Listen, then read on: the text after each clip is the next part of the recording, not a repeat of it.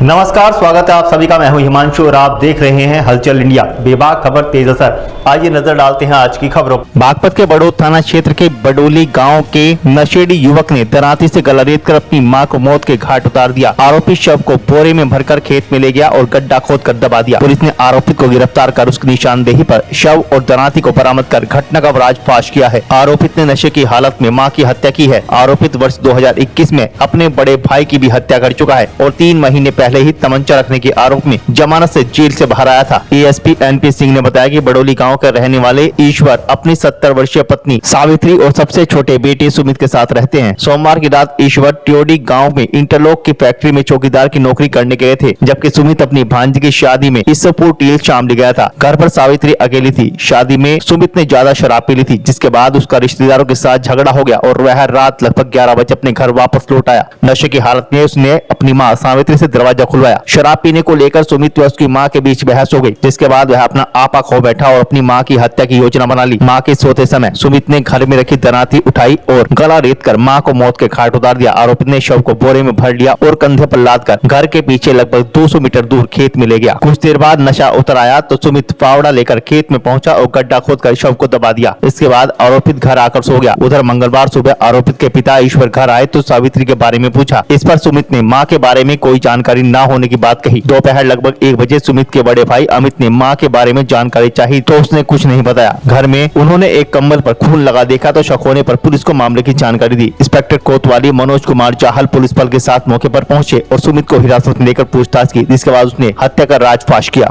आज लगभग 12 बजे एक सूचना प्राप्त हुई थाना बड़ौद पे, जिसमें वादी अमित ने बताया कि मेरा घर शाहपुर बड़ोली में है और मेरी माँ सावित्री है उनका नाम, जिनकी लगभग 70 साल है और मुझसे अलग हमारे छोटे भाई के संग रहती थी। मेरी माँ गायब है। हमें आशंका कि मेरे भाई ने उनकी हत्या कहीं ना कहीं कर दी होगी।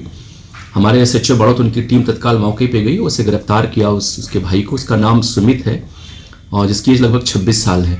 वो नशेड़ी है और कल भी नशा करके ही अपनी बहन के घर में शादी से होकर आया था और उससे थोड़ा सख्ती से पूछताछ। उसने बताया कि सर कल मैं अपनी बहन के यहाँ भांजी की शादी में गया था ईशुपुर छपरौली में और रात में वहाँ से लौटा मैं, झगड़ा वहाँ भी मेरा हो गया था। यहाँ आया तो माँ ने मुझे डांटा।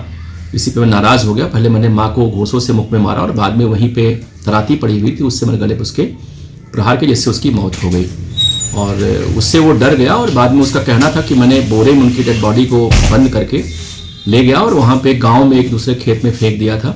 बाद में फिर जब मैं थोड़ा होश में आया तो मैं फावड़ा लेके गया उसको, उस डेड बॉडी को उसमें दबा दिया। फिर मैं घर चला आया था। हमारी पुलिस टीम ने डेड बॉडी बरामद कर ली है। जो आला कत्ल वो बरामद हो गई है। मुलजिम गिरफ्तार हो गया है और हम लोग लिखा पढ़ी करके इसको जेल भिजवा रहे हैं।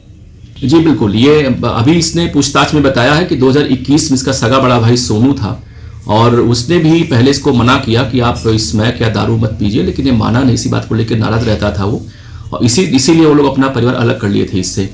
2021 में इसने बड़े भाई ने मना किया इसको, सोनू ने स्टिक डंडों से उसकी पिटाई की, जिससे उसकी मौत हो गई थी। उसमें लंबे समय तक जेल में था, अभी छूट के आया है। और इसके बाद जो छोटा भाई था अमित, वो भी इससे अलग हो गया था। केवल इसका जो फादर है, जो प्राइवेट चौकीदार है, इसकी माँ साथ रहते थे इसके, लेकिन इसके नशे से बहुत लोग परेशान थे और इसको लेकर डांटते रहते थे। उसी नशे की आदत में नहीं इस घटना को अंजाम दिया है और अभी ये जेल जा रहा। मुझे लगता कि चूंकि इसकी सेकंड घटना जो परिवार की हत्या इसने की है, अब दोबारा शायद जेल से बाहर ही नहीं निकल पाएगा। आपसे विदा लेने का, कल फिर होंगे हाजिर कुछ नई और ताज़ा खबरों के साथ। तब तक के लिए दीजिए हमें इजाजत। नमस्कार। हमारे YouTube और Facebook चैनल को फॉलो और सब्सक्राइब करना ना भूलें।